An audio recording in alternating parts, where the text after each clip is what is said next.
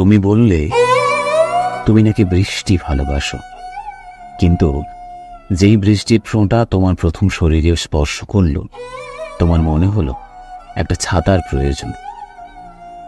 এক টুকরো রোদ গায়ে মাখার জন্য তুমি খুব ব্যাকুল ছিলে, কিন্তু রোদের তীব্র আঁচ আসতেই তুমি ছায়া খুঁজে পেতে ব্যস্ত হয়ে পড়লে।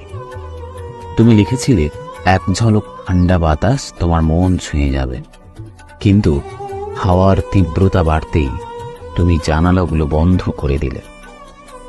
আসলে জীবন এরকমই, পাওনা জিনিসে সন্তুষ্ট আমরা খুব কম মানুষই হই, আবার প্রাপ্ত জিনিসের মর্যাদা না করতে পেরে খুব সহজেই তাকে আমরা হারিয়ে ফেলি। এটাই কঠোর বাস্তব।